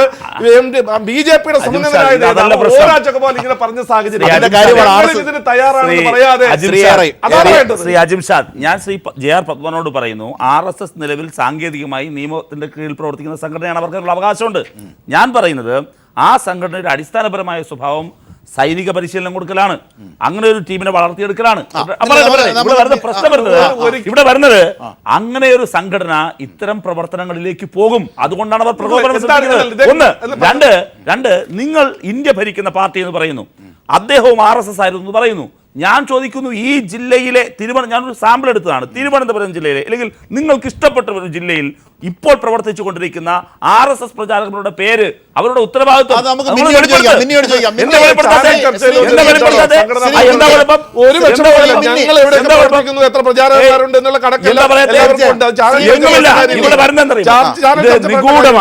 നിഗൂഢമായി കൃത്യമായ ഉത്തരവാദിത്വങ്ങൾ ഏറ്റെടുത്ത് ഇവർ പ്രവർത്തിക്കുകയാണ്. ആ ഉത്തരവാദിത്വം നാട്ടിൽ കലാപം ഉണ്ടാക്കാനുള്ള ഉത്തരവാദിത്വമാണ്. അതാണ് ശ്രീ സുധീഷ്. പിന്നെ ഈ കാര്യങ്ങളൊക്കെ വളരെ വ്യക്തമായും ആധികാരികമായും പറയാൻ അറിയാവുന്ന ആൾ താങ്കളാണ്. അങ്ങനെ ഒരു നിഗൂഢത RSS വെച്ച് പുലർത്തുന്നുണ്ടോ? അങ്ങനെ ഒരു നിഗൂഢത ഉണ്ടെങ്കിൽ അതിൻ്റെ പിന്നിൽ ഒരു അജണ്ടയും ഉദ്ദേശവും ഉണ്ടാകും. അങ്ങനെയെങ്കിൽ ഇത്തരം സമാധാന ചർച്ചകൾ പുലരാൻ RSS പുറം തിരിഞ്ഞു തന്നെ നിൽക്കും എന്ന അനുമാനത്തിലേക്ക് നമുക്ക് എത്തേണ്ടി വരും. അത് പക്ഷ പിടിക്കലല്ല, നിഷ്പക്ഷമായ നിരീക്ഷണമാണ്. അങ്ങനെയുണ്ടോ? അങ്ങനെയെങ്കിൽ പറയൂ. അല്ലേ, ഞാൻ പറയുകയാണ് ഇപ്പോൾ സഖാവ് റഹീം പറഞ്ഞ ആ ഒരു രീതിയിൽ ഞാൻ പറയുകയാണ്, ഈ രാമരാജ്യം സൃഷ്ടിക്കാൻ വേണ്ടിയാണല്ലോ ഈ RSS നിലകൊള്ളുന്നത്. ഈ രാമരാജ്യം സൃഷ്ടിക്കാൻ പോകുന്ന അവർക്കെന്തിനാ ഈ മാരീചവേഷം? ആരും അറിയാതെ ഇരുട്ടിൻ്റെ മറവിൽ പ്രവർത്തിക്കുന്ന പ്രചാരക പദവി എന്തിനാണ്? അല്ല, ഞാൻ ചോദിക്കുക, ജില്ലയുടെ പ്രചാരകനെ പറയണ്ട. ഇന്ന് ഈ കേരളത്തിലെ പ്രാന്തീയ, അതായത് സംസ്ഥാന പ്രചാരകനാണ് ഹരികൃഷ്ണൻ. അദ്ദേഹത്തിൻ്റെ വീട് എവിടെയാണ്? അദ്ദേഹത്തെ എനിക്കറിയുന്നതുകൊണ്ടാണ് ഞാൻ പറഞ്ഞത്. അതിപ്പോൾ പിന്നെ റഹീമിന് ഇദ്ദേഹത്തിൻ്റെ പേരറിയുമെന്ന് എനിക്കറിയില്ല. അതുപോലെ ജേക്കബ് സാറിന് അദ്ദേഹത്തിൻ്റെ പേരറിയോ, അദ്ദേഹത്തിനെ കണ്ടിട്ടുണ്ടോ എന്ന് എനിക്കറിയില്ല. അദ്ദേഹത്തെ ഞാൻ കണ്ടിട്ടുണ്ട്. അദ്ദേഹം ഏത് നാട്ടുകാരനാണ്? അദ്ദേഹം എവിടെയാണ്? ഹരികൃഷ്ണൻ എന്നാണ് അദ്ദേഹത്തിൻ്റെ പേര്. പ്രാന്തപ്രചാരകനാണ്. അത് പറയാനെങ്കിലും പത്മകുമാർ അതിന് ഒരു അവസരമുണ്ടാവണം എന്നാണ് എനിക്ക് പറയാനുള്ളത്. എന്തിനാണ് ഇങ്ങനെ ഈ ഇരുട്ടിൻ്റെ മറവിൽ ഇങ്ങനെ പല ജില്ലകളിലും പോയി വൈകുന്നേരങ്ങളിൽ ശാഖ നടത്തി? ദൈനംദിന ആയുധ പരിശീലനമാണ് ശാഖ. അതിനെന്താ? എൻ്റെ കയ്യിൽ ആയുധ പരിശീലനത്തിനുള്ള പുസ്തകമുണ്ട്, ഞാനത് എൻ്റെ ഫേസ്ബുക്കിലൊക്കെ ഇട്ടിട്ടുണ്ട്. ദൈനംദിനമായി നടക്കുന്നത് ഒരു സ്വയം സേവകൻ ആയുധ പരിശീലനമാണ്. ആയുധ പരിശീലനം നടത്തിക്കോട്ടെ, അതിനെന്താ കുഴപ്പം? പക്ഷേ അവിടെ ഒരു പ്രശ്നമുണ്ട്. എന്താണ്? 3 ശത്രുക്കളുണ്ട്. ആ 3 ശത്രുക്കളിൽ ഒന്ന് ക്രിസ്ത്യാനിയും ഒന്ന് മുസ്ലിമും മൂന്നാമത്തത് കമ്മ്യൂണിസ്റ്റുകാരനാണ്. അങ്ങനെ 3 ശത്രുക്കളെ മുന്നിൽ നിർത്തിക്കൊണ്ട് ദൈനംദിനമായി ഒരു സ്വയം സേവകൻ നടത്തുന്ന ഈ ശാഖാപ്രവർത്തനം, ആ ഇരുട്ടിൻ്റെ മറവിൽ നടത്തുന്ന ഈ ശാഖാപ്രവർത്തനം, അതെന്ന് നിൽക്കുന്നുവോ അന്ന് മാത്രമേ ഈ കണ്ണൂർ ജില്ലയിലും എല്ലായിടത്തും സമാധാനം പുലരാൻ കഴിയൂ എന്നതാണ് ഞങ്ങളുടെ വിശ്വാസം. തീർച്ചയായും അത്തരത്തിലൊരു അജണ്ട, ഇടവേളയിലേക്ക് പോകണം. ഒരു ചാനലും ഇടവേളയില്ലാതെ കൊണ്ടുപോകാൻ തീർച്ചയായും ഒരു ഇടവേള അനിവാര്യമായതുകൊണ്ട് മാത്രം വേഗം വരാം. തീർച്ചയായും സമാധാന ചർച്ചകൾക്ക് ഈ ഘട്ടത്തിൽ എന്തുകൊണ്ട് RSS പുറം തിരിഞ്ഞു നിൽക്കുന്നു എന്ന അത്ഭുതം ഈ വാർത്ത ഇന്ന് കോടിയേരി മുമ്പോട്ട് വെച്ചപ്പോൾ അത്തരത്തിലുണ്ടായി. ആ നിഷ്പക്ഷ നിരീക്ഷണത്തിൽ നിന്നാണ് ഈ വിഷയം ഇവിടെ ചർച്ചയ്ക്കായി എടുത്തത്. ശ്രീ സുധീഷ് മിന്നിയിലേക്ക് തന്നെ പോകുന്നതിന് മുമ്പ് ശ്രീ റജി ലൂക്കോസ്, അങ്ങനെയെങ്കിൽ ഇത്തരത്തിലൊരു അജണ്ട ഒരു പക്ഷേ RSSനുണ്ട്. ഇത് പറയുന്നത് ആരാണ്? സുധീഷ് മിന്നിയെ പോലെ ഒരാളാണ്. അതിൻ്റെ ഉള്ളറകൾ കൃത്യമായി അറിയാവുന്ന ആൾ, അതിൻ്റെ ആന്തരിക വൈരുദ്ധ്യം സഹിക്കാനാകാതെ പുറത്തെത്തിയ ഒരാൾ, അതിനകത്ത് കുറ്റബോധം തോന്നിയ ആൾ, അത്തരത്തിലുള്ള ഒരു വ്യക്തിയാണ് ഈ വിഷയങ്ങളെ സംബന്ധിച്ച് ഇങ്ങനെ സമഗ്രമായി പറയുന്നത്. അത് നമുക്ക് വിലക്കെടുക്കാതെ വയ്യ. അങ്ങനെയാണെങ്കിൽ വളരെ ഗൗരവമാണ്. അങ്ങനെയുള്ള RSSന് എങ്ങനെ സമാധാന ചർച്ചകളിലേക്ക് എത്താനാകും? ചോദ്യമാണ്.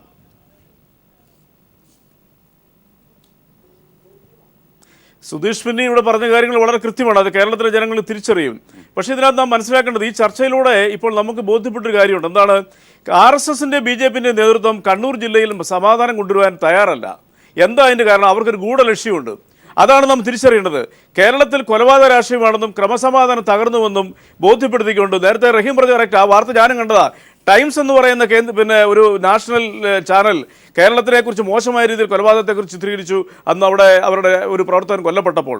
അപ്പോൾ കേന്ദ്ര ഗവൺമെൻറ്റിനെ കൊണ്ട് ഇടപെടിപ്പിച്ച് ഈ കേന്ദ്ര സർക്കാർ അല്ലെങ്കിൽ BJP ഉത്തരേന്ത്യയിൽ പ്രയോഗിക്കുന്ന ജാതിപരമായിട്ടുള്ള അല്ലെങ്കിൽ വർഗീയപരമായിട്ടുള്ള പ്രവർത്തനങ്ങളും കൊലപാതകങ്ങളും കേരളത്തിൽ അരങ്ങേറി കേരളത്തിലേക്ക് പതുക്കെ കേരളത്തിൻ്റെ ഭരണത്തിലേക്ക് കൊണ്ടുവരാൻ എത്തിപ്പെടാമെന്നുള്ളൊരു ഒരു വ്യാമോഹത്താൽ അവർ സമാധാനം കണ്ണൂർ ജില്ലയിൽ ആഗ്രഹിക്കുന്നില്ല എന്നുള്ളത് വ്യക്തമായി കഴിഞ്ഞു. പക്ഷേ നിങ്ങളൊന്ന് മനസ്സിലാക്കണം, ഉത്തരവാദിത്തപ്പെട്ട ഒരു രാഷ്ട്രീയ പ്രസ്ഥാനം എന്നുള്ള നിലയ്ക്ക്, കേന്ദ്രം ഭരിക്കുന്ന ഒരു രാഷ്ട്രീയ പ്രസ്ഥാനം എന്നുള്ള നിലയ്ക്ക് സമാധാനകാംക്ഷികളായ കേരളത്തിലെ ജനങ്ങളെ നിങ്ങൾ പറയുന്ന ഈ വാക്കുകൾ ഭീതിപ്പെടുത്തുകയാണ്. നിങ്ങളുടെ ഈ ഓരോ വാക്കുകളും കേരളത്തിലെ ജനങ്ങൾ കാതോർക്കുന്നത് സമാധാനപരമായ ഒരു ചർച്ചയ്ക്ക്. ഇന്ന് കേരളത്തിലെ ഏറ്റവും വലിയ രാഷ്ട്രീയ കക്ഷിയുടെ ഏറ്റവും കൂടുതൽ ബലിയാടുകളെ സൃഷ്ടിക്കപ്പെട്ടിട്ടുള്ള, ഏറ്റവും കൂടുതൽ മതേതരത്തിന് വേണ്ടിയിട്ട് ഒരു മതിൽ തീർത്ത് രക്തസാക്ഷികളെ സൃഷ്ടിച്ചിട്ടുള്ള CPMൻ്റെ സംസ്ഥാന ജനറൽ സെക്രട്ടറി പറഞ്ഞ സമാധാന അന്തരീക്ഷം പുലരുന്നതിനുള്ള ചർച്ചയ്ക്കുള്ള ആഹ്വാനത്തെ നിങ്ങൾ ഇരുകൈ നീട്ടി സ്വീകരിക്കുമെന്നാണ് കേരളത്തിലെ ജനങ്ങൾ. വലിയ കപ്പലാണ് കേരളത്തിൽ CPIM, പക്ഷേ ചെറിയ ബോട്ടുകളിലെത്തി നിങ്ങൾ ആ കപ്പൽ തുരക്കാൻ ശ്രമിക്കുന്നു. അങ്ങനെ നിങ്ങളുടെ തന്നെ പ്രയോഗം ഞാൻ കടമെടുത്തതാണ്. അങ്ങനെയാണെങ്കിൽ CPIM പ്രവർത്തകരെ കൊലപ്പെടുത്താൻ ആഹ്വാനം ചെയ്യുന്നത് അമിത്ഷായ്ക്ക് അറിവുണ്ട്. മോഡി ഇതിൽ ഇടപെടണം. അത്തരത്തിലേക്ക് പോലും കോടിയേരി ബാലകൃഷ്ണൻ അടക്കമുള്ള, കോടിയേരി ബാലകൃഷ്ണൻ എന്ന് പറഞ്ഞാൽ CPIM ആണ്, CPIM പറയുന്നു. പക്ഷെ എന്നിട്ടും നിങ്ങൾക്ക് ഈ ചെറുസംഘമായ കേരളത്തിലെ ചെറുസംഘങ്ങളായ BJPക്ക് തയ്യാറല്ല എന്നതിന്റെ ലോജിക്ക് ഇതുവരെയും ശ്രീ പത്മകുമാർ പറയുന്നില്ല. വിവരക്കേടെന്ന് പറയാൻ പറ്റില്ല, പക്ഷെ അദ്ദേഹം ബോധപൂർവ്വം പറഞ്ഞതാണ്. കാര്യം അദ്ദേഹത്തിന് ഈ പ്രശ്നം പരിഹരിക്കേണ്ടെന്ന് ആഗ്രഹമുണ്ട്. ഞങ്ങളാരും ഇത് നിങ്ങൾക്ക് പ്രശ്നം പരിഹരിക്കാൻ ആഗ്രഹമുണ്ടോ? പ്രശ്നം പരിഹരിക്കണം എന്നുള്ളതിനാണ് ഞങ്ങളുടെ ആഗ്രഹം. അങ്ങനെയാണെങ്കിൽ നിങ്ങൾ വെക്കുന്ന നിർദ്ദേശം ഞങ്ങൾ രാജഗോപാൽ പറഞ്ഞല്ലോ, വളരെ വ്യക്തമായിട്ട് പറഞ്ഞു ചർച്ചയാവാം എന്ന് പറഞ്ഞപ്പോൾ കോടിയേരി പറഞ്ഞ ആ രീതി നിങ്ങൾ എന്താ എടുക്കാത്തത്? വേണമെങ്കിൽ RSS മുന്നോട്ട് വരട്ടെ, ഞാൻ ഒന്ന് പറഞ്ഞോട്ടെ റഹീമെ, മുന്നോട്ട് വരട്ടെ എന്നല്ലല്ലോ പറയാനുള്ളത്. ഞാൻ മുഖ്യമന്ത്രിയോട് പറയണം ഇതിന് മുൻകൈ എടുക്കണം. മുഖ്യമന്ത്രി എന്ന് പറഞ്ഞാൽ ഭരണാധികാരിയാണ്. പിന്നെ ഈ പറഞ്ഞ ഈ കാര്യങ്ങളിൽ ഞാൻ ചോദിക്കട്ടെ, ഏറ്റവും പ്രധാനപ്പെട്ട ഒരു കാര്യം നേരത്തെ സുധീഷ് ബിന്യ അദ്ദേഹം പറഞ്ഞൊരു കാര്യമുണ്ട്. ഈ RSS അക്രമം നടന്നു, അത് ഞങ്ങൾക്കറിയാമല്ലോ, അദ്ദേഹത്തിനും എനിക്കും അറിയാമല്ലോ, അദ്ദേഹം എവിടെയാണ് വർക്ക് ചെയ്തത് എന്താണെന്ന് എനിക്കറിയാമല്ലോ. അതുകൊണ്ട് എൻ്റെ വലിയ നേതാവ് എന്നുള്ള ഡയലോഗ് വേണ്ട. ഞാൻ പറയട്ടെ, RSS എവിടെയാണ് ക്ലോസ്ഡ് സ്ഥലത്തൊരു ശാഖാപ്രവർത്തനം നടത്തുന്നത്? എവിടെയാണ് നടത്തുന്നത്? ഭയങ്കര ആക്രമണം അല്ലാതെ ഞാൻ ചോദിക്കട്ടെ, ഞാൻ ചാനൽ ചർച്ചയിൽ പറയേണ്ട കാര്യമല്ലോ, അത് ഞങ്ങൾ സംഘടനാ കാര്യങ്ങൾ പറയട്ടെ. ഞാൻ ചോദിക്കട്ടെ, ഒരുപാട് ചോദ്യം മാർക്സിസ്റ്റ് പാർട്ടിയെ കുറിച്ച് പറയാത്ത രീതിയിൽ ഞാൻ പറയാം.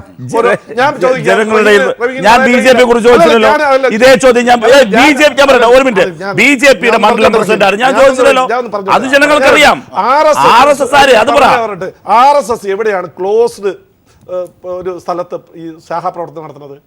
അതല്ലാതെ വേറെ എവിടെയെങ്കിലും പ്രവർത്തനം നടത്തുന്നുണ്ടെങ്കിൽ പോലീസ് ഇന്റലിജൻസ് ഉണ്ടല്ലോ. ഇവരെല്ലാം എത്രയോ 60 വർഷക്കാലം ഇവിടെ അങ്ങോട്ട് ഭരിച്ചത്, അങ്ങോട്ട് ഇങ്ങോട്ട് മാറി മാറി ഭരിച്ചത്. എവിടെയെങ്കിലും അത്തരത്തിലൊരു ഇതിനെ കുറിച്ച് പറയാത്തത്, കണ്ടുപിടിക്കാത്തത്? ക്ലോസ്ഡ് ആയിട്ട് ഒരു സ്ഥലത്തുമില്ല, ഓപ്പൺ സ്ഥലത്ത് വന്ന് വ്യായാമം ചെയ്തു പോകുന്നുണ്ട്. ഇത് പിന്നെ ഇതൊക്കെ സൈനിക പരിശീലനം എന്ന് പറയുന്നത് മാർച്ച് ആണെങ്കിൽ മാർക്സിസ്റ്റ്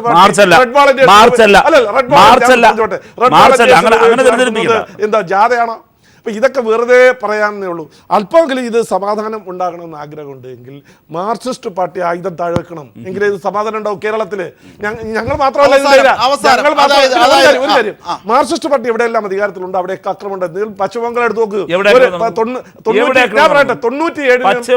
97 മുതൽ 1997 വരെ 28,000 രാഷ്ട്രീയ കൊലപാതകങ്ങളാണ് അവിടെ നടത്തിയിട്ടുള്ളത്. നിങ്ങൾ ക്രൈം ബ്യൂറോ അല്ല, ഞാൻ ബുദ്ധദേവ് ഭട്ടാചാര്യ നിയമസഭയെ പറഞ്ഞ കണക്കാണ് ഞാൻ പറയുന്നത്. ഒരു ദിവസം 4 പേര് മരിച്ചിട്ടുണ്ട്. പിന്നെ ഞങ്ങൾ അക്രമകാരികളാണെങ്കിൽ ഞങ്ങൾക്ക് ശക്തിയുള്ള മറ്റു ഞങ്ങൾ അക്രമകാരികളാണെങ്കിൽ ഞങ്ങൾക്ക് ശക്തിയുള്ളിടത്തെല്ലാം മാർക്സിസ്റ്റ് പാർട്ടിയെ ഉന്മൂലനം ചെയ്യണ്ടേ? ഞങ്ങൾ ആരെങ്കിലും അതും ചെയ്തോ? ശക്തമായ പാർട്ടിയാണ് നിങ്ങൾ ആക്രമിക്കുന്നത്. പിന്നെ നിങ്ങൾ അടിസ്ഥാനപരമായി സുധീഷ് ബിന്നിയുടെ വിചാരധാരയാണ് ഉദ്ധരിച്ചത്. ഞങ്ങളെ കമ്മ്യൂണിസ്റ്റുകാരുടെ ശത്രുക്കളുമാണ്, ത്രിദോഷങ്ങളിലൊന്നാണ് ഞങ്ങൾ. ഇവിടെ വരുന്ന പ്രശ്നം, ഉത്തരേന്ത്യയിൽ മറ്റിടങ്ങളിലെല്ലാം CPM സംഘർഷം നടക്കുന്നില്ലെന്നുള്ളതാണ്. നിങ്ങളവിടെ നിങ്ങൾക്ക് വേറൊരു അപരനുണ്ട്, ഒരു അപരവിദ്വേഷത്തിലൂന്നിയാണ് ഒരു ശത്രുവിനെ പ്രഖ്യാപിക്കുവർ. അതിലെ ആ ശത്രുവിനെ മർദ്ദിച്ചും ആ ശത്രുവിനെ കീഴ്പ്പെടുത്തിയുമാണ് അവർ മുന്നേറുന്നത്. നിങ്ങൾക്ക് ഉത്തരേന്ത്യയിലുണ്ട് ഞങ്ങളെക്കാൾ വലിയ ശത്രുക്കൾ. ഏതാ ശത്രുക്കൾ? നിങ്ങളവിടെ ദളിതർക്കെതിരെ ആക്രമണം നടത്തുന്നു, നിങ്ങളവിടെ മുസ്ലിങ്ങൾക്കെതിരെ വേട്ടയാടുന്നു, ക്രൈസ്തവരെ വേട്ടയാടുന്നു. ഈ കണ്ണൂരിൽ ഏറ്റവും ഒടുവിൽ നടന്ന സംഭവം എന്താ? ഇപ്പോൾ നിങ്ങൾ പറഞ്ഞല്ലോ, പുറത്തു വരാത്ത കൊലപാതകത്തിന് അപ്പുറത്ത് പലതും ഉണ്ടത്. ഏറ്റവും ഒടുവിലൊരു പാസ്റ്റർ, ആ പാസ്റ്ററെ ആക്രമിച്ചു. പാസ്റ്റർ ആക്രമിക്കാൻ കാര്യമില്ല, പറയട്ടെ. ഞാൻ സ്ഥലം ഉൾപ്പെടെയുണ്ട്. ഗൾഫിൽ പോകാൻ വേണ്ടി ഒരു മനുഷ്യനായ പെന്തക്കോസ്ത് വിശ്വാസിയാണ്, അയാളെ വീട്ടിൽ പ്രാർത്ഥന കഴിഞ്ഞിട്ട് ഇറങ്ങി വരുമ്പോൾ ആക്രമിച്ചു. എന്നിട്ട് ആരോപിച്ചു അവിടെ നിർബന്ധ മതപരിവർത്തനം നടന്നു എന്ന് ആരോപിക്കുകയും ചെയ്തു. ഞാൻ പറയട്ടെ, ഒന്ന് ഞാൻ നിർത്താം. ഇത്തരം കാര്യങ്ങൾ ഒരുപാടുണ്ട്. അപ്പോൾ ഇവിടെ വരുന്നത് ഇത്തരം പ്രശ്നങ്ങൾ മാത്രമല്ല, സ്വന്തം പാർട്ടിക്കാർക്കെതിരെ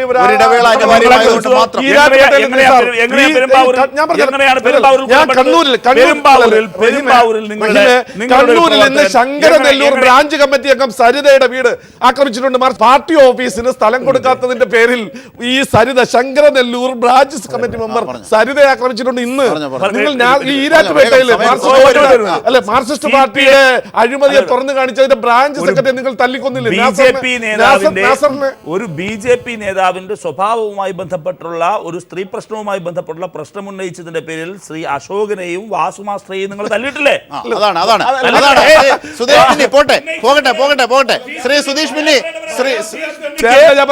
സുധീഷ് ബിന്നിക്ക് ഇതിലേറെ പറയാനുണ്ടാകും. ശ്രീ സുധീഷ് ബിന്നി വന്നതും പോയതും ഒക്കെ ഇരിക്കട്ടെ, പോസ്റ്റ്മോർട്ടം വേണ്ട നമുക്ക്. ഇത്തരത്തിൽ സമാധാനത്തിന് CPIM തന്നെ മുൻകൈ എടുക്കുന്ന ഒരു കാഴ്ച, ഇവിടെ RSS എങ്ങനെ സമാധാനത്തിൻ്റെ മേശപ്പുറത്തേക്ക് എത്തും? ഇവിടെ സമാധാനം പുനഃസ്ഥാപിക്കാൻ എന്താണ് വേണ്ടത്? അടച്ചിട്ട ഒന്നും തന്നെ RSSന്റെ ശാഖകളിലില്ല എന്ന് വളരെ ശക്തിയായ ശബ്ദത്തിൽ പത്മകുമാർ പറയുകയും ചെയ്തു. വളരെ പെട്ടെന്ന് ചുരുക്കി ശ്രീ സുധീഷ് പിന്നി. അല്ല, അവർ പറഞ്ഞല്ലോ, ഇവിടെ സമാധാനം സൃഷ്ടിക്കണമെങ്കിൽ അവരൊരു ഉപാധി മുന്നോട്ട് വെച്ചല്ലോ. അത് നിങ്ങൾ ശ്രദ്ധിച്ചിട്ടുണ്ടാവില്ല. പി ജയരാജൻ സെക്രട്ടറി സ്ഥാനത്ത് നിന്ന് ഒഴിവാകണം. അതായത് RSSന്റെ കാവിക്കൂടാരങ്ങളെ അടിച്ച് പൊളിച്ച് നിരമ്പലിശാക്കി അവിടെ ഒരു ചുവപ്പ് ഗാഥ രചിച്ച ആളാണ് ഈ പി ജയരാജൻ എന്ന് പറയുന്നത്. അയാൾ മരിച്ചു എന്ന് പറഞ്ഞിട്ട് പോയതാണ് അദ്ദേഹം. ഒക്കെ ഇന്ന് സഖാവായി എങ്കിൽ അത് അദ്ദേഹത്തിന്റെ കഴിവാണ്. അപ്പൊ അദ്ദേഹത്തെ മാറ്റണം.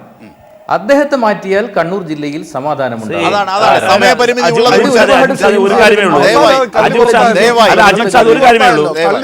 ഇവർ പറയുന്നത് സഖാവ് പിണറായി വിജയനുടെ ശത്രു, സഖാവ് കോടിയേരി ശത്രു, സഖാവ് പി ജയരാജൻ അവരുടെ ശത്രു, സഖാവ് ഇ.പി. ജയരാജനെ പണ്ട് വെടിവെച്ച് കൊല്ലാൻ ശ്രമിച്ചു. പി ജയരാജന്റെയും കൈ രണ്ടും തകർന്ന കൈകളാണ്. അത് RSS ആക്രമണത്തിലാണ്, ഇടിവെട്ടേറ്റതല്ല. തീർച്ചയായും സമയപരിമിതി കൊണ്ട് ദയവായി എല്ലാവരും ക്ഷമിക്കൂ. തീർച്ചയായും ചർച്ച പൂർണ്ണമാക്കുന്നു. അജണ്ടകൾ മാറ്റിവെച്ച് സമാധാനത്തിനായി ആത്മാർത്ഥമായി എത്തൂ. മേശപ്പുറത്ത് സമാധാനമുണ്ട്. ഇതാണ് ന്യൂസ് ആൻഡ് വ്യൂസ് ചർച്ച ചെയ്തത്. തീർച്ചയായും പങ്കെടുത്തവർക്കൊക്കെ